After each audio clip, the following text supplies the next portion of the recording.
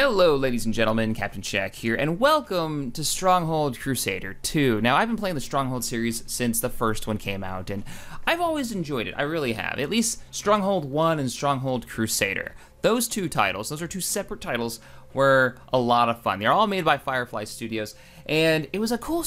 They're always cool strategy games, but it was more of a focus on a castle simulation than straight up just armies fighting each other. So the idea is that you're building this epic castle. Now we'll load up a game real quick. Let me show you guys what this game has to offer. You have the basic tutorial. You've got learning campaigns, which are a neat way of learning the game. And there's 3 different ones, and they'll kind of introduce you slowly to all the elements of the game itself. Skirmish trials if you want to test yourself, and then you can do custom skirmish against enemy, and then there's some multiplayer. So one of the issues right away that I find is there's no campaign, though. I love the campaign from Stronghold 1, and Crusaders was fun too. But there's none in this. There's these learning campaigns, which are like these half-hearted campaigns, but no full-on one. But let's go ahead and dive into, let's just do a skirmish trial, and we'll dive into this one. This will give us the basic overview of the game. The computer has a fairly substantial advantage in this map, but that's okay. So the idea is you're building your dream castle. Now I always like to build my stuff fairly close together. There's my stockpile. You can see my resources there, and here's my granary for all my food resources. And the neat thing about this game is you can actually look inside most of the buildings and see what's going on. We'll build some farms here and get some food coming in. So a couple of apple orchards are probably the easiest. You've got to build your farms on the green areas. I guess that signifies there's water there. We'll do a pig farm, maybe get dairy farm going. Go ahead and get, here's our lumber mills, the lumber. Can't place that there. We'll tell you lumber mills. Now what's going on is when you put a building down, you have civilians that are just sitting around the campfire right outside your keep, and they'll get their jobs and they'll walk over and they'll actually start doing their job. So the neat part about this castle simulation is you actually get to watch how each one of these jobs affects the castle as a whole. So the lumber mill will produce lumber so we can build more buildings. Let's get up and online a mining facility. So here's where we're gonna get our stone from. Here's where we're gonna get our iron from. Rotate this. There's a quarry. There's an oxen. So we should be able to move it. Now we don't have enough workers, so we'll have to build a house, a hovel. Rotate this. Let's put this right here. And we'll talk about in the original game and in Stronghold 1, because there were a couple of different games. Stronghold 1 was the very first one that came out, and it was pretty epic. It was awesome. I really did enjoy that one. And Stronghold Crusader then came out, and it was kind of a different setting. It had a few more units, but it was basically the same game. Then they decided to make a sequel to the original Stronghold, and that's the first time they tried to go into this 3D. Now, the original one was an isometric 2D game. And that caused issues, because graphically it wasn't that great. The maps were a little smaller. It just... it was okay. It was still the same exact gameplay, though. Like, all the same buildings were there. And we're seeing the same thing here with Stronghold Crusader 2. This is another, taking it into the 3D engine, but they took away some of the basic elements. Now let's go ahead. You can't have a castle without walls, so let's go ahead and put some stone walls in. We'll just drop this right across here. Our enemy is actually over here, and they're gonna try to walk up around here and attack us. So we're gonna want to get some defenses up. I hope I have enough stone. Yes, I do. Cool. So we'll bring our archers over here. But basically, and this is kind of sad. Whoop, that's my lord. Get back up there.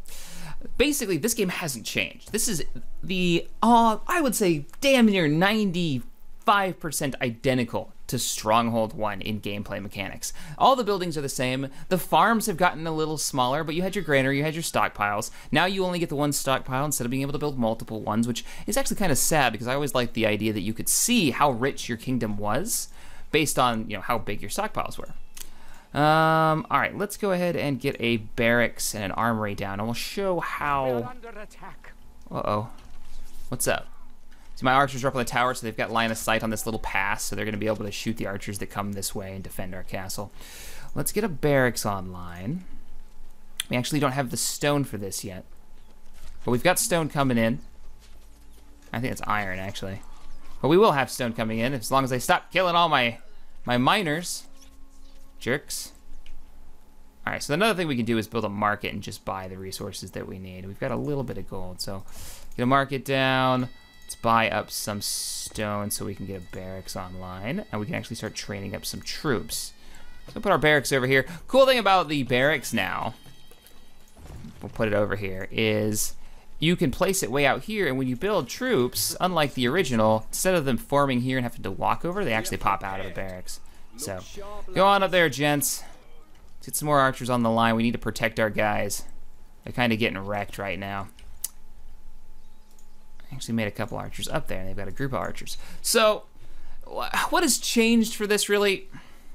The coolest thing about the game was the fact that you could watch castle life. Like, I'll put this archer down, and he's gonna walk. This is a Fletcher. He's gonna actually make some bow and arrows for us. So he's gonna walk over. He'll actually get wood, bring it back, make the bow, bring it over to the armory, and that's just one example of. All right, he's just talking shit. And that's just one example of watching how castle life works. The same thing with the farmers. Like, you'll actually see them slaughter the pigs and bring the food over to the granary. It's nothing too complicated. I think the most complicated thing you can do is make bread in this game, which is a 3-point crafting mechanic. So we'll have to build like a granary and a windmill and then I think a bakery, and that's all you need to actually make the bread. But it was always cool. And one of the things that this lacks is, and I'll show you guys, when I click one of my civilians, like my farmer here, it tells me what he's doing, but in the originals, it used to be fully voice acted and it would tell you what they're thinking. So let's say they were sad and they wanted, he'd say they wanted new types of food. Uh-oh, we're being shelled. All right, let's go ahead and bring in some men-at-arms. Go cheap about this. Get up there and destroy that siege camp.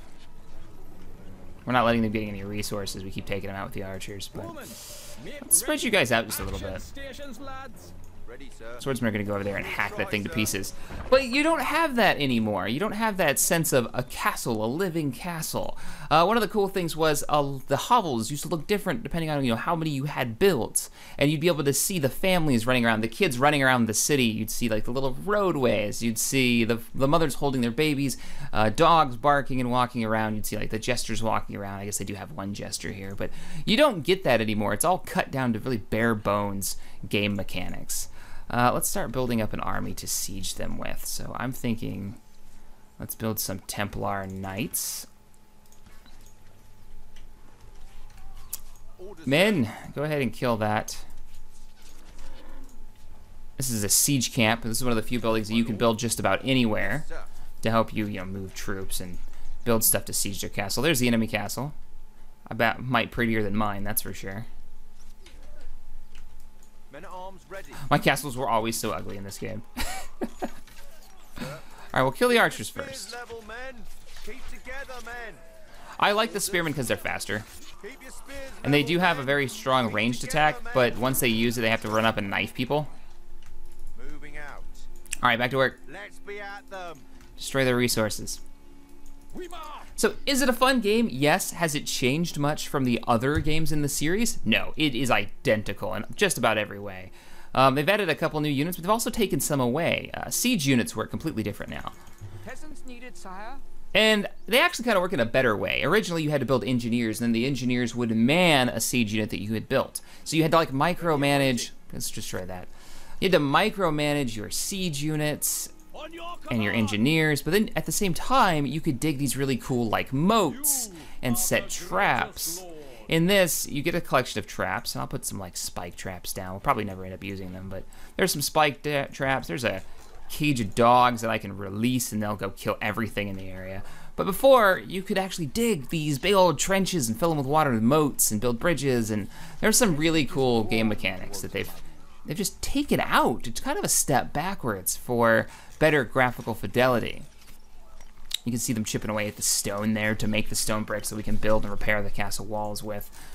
Alright, let's get some more archers, and let's prepare to march over there and actually kick their ass.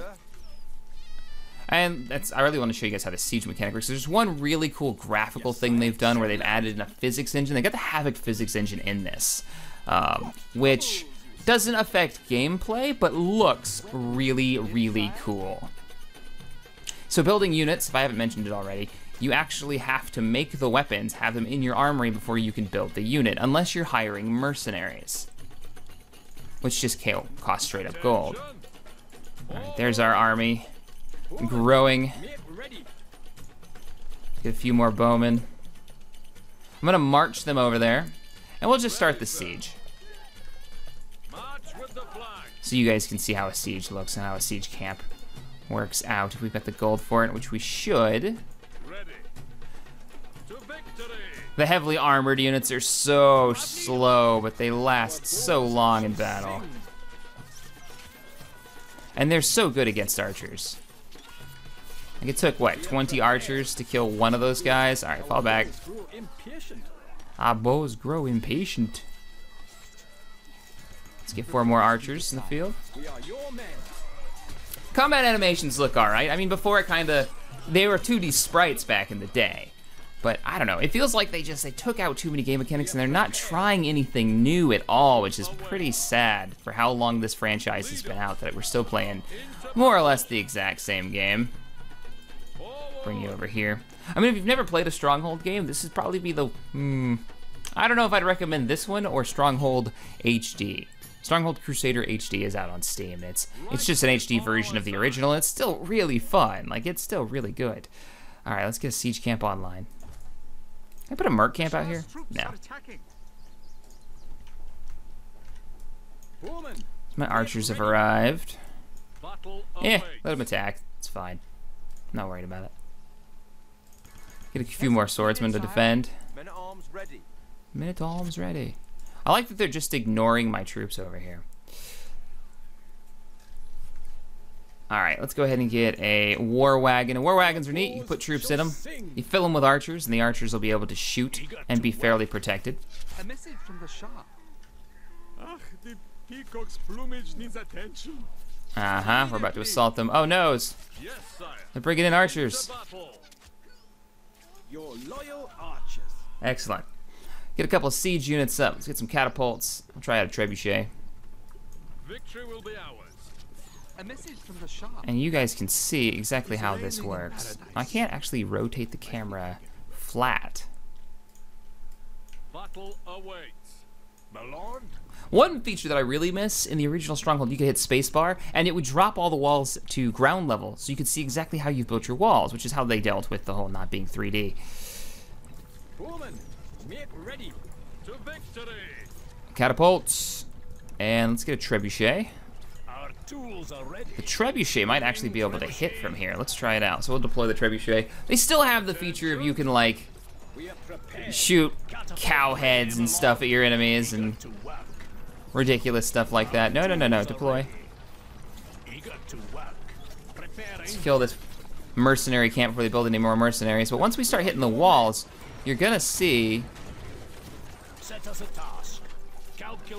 You're gonna see the Havoc's physics engine at work, which is pretty sweet. Swordsman, run away!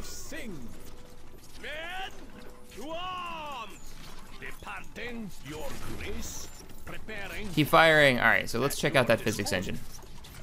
And you'll see like the rocks go everywhere. Don't shoot at that. Let's light some stuff on fire. I got the flame carts, and flames still spread like they used to.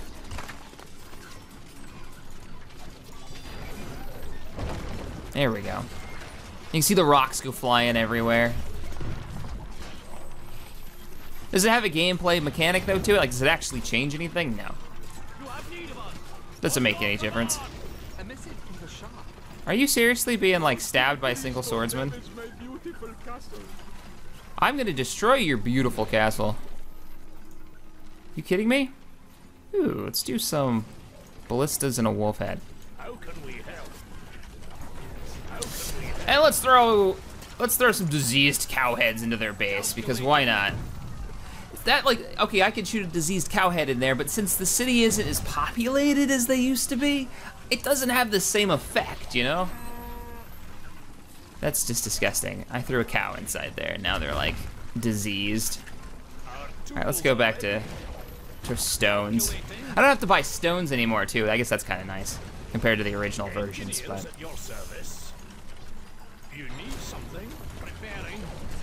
I don't know. If graphics are your thing, this is probably the one to buy. If you'd rather have like more of a rich-looking world with lots of stuff going on and make it feel like a real castle, go get the HD version of the original Stronghold Crusader.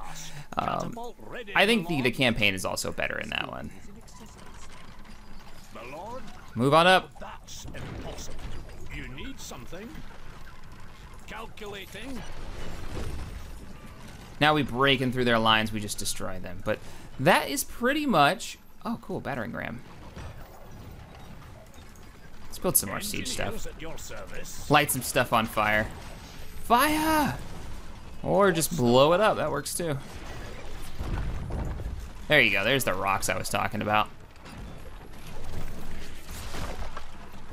One thing that they still haven't changed is you can't destroy the keep. So you have to march troops in there and kill them.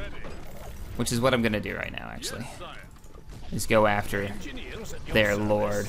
Or you can sit there like I'm gonna do and try to shell them at the same time. Let's move you guys up.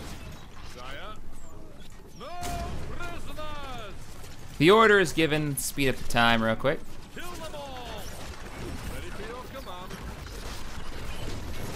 But I don't know. They're just not taking any risks with it. Which is too bad. It really is.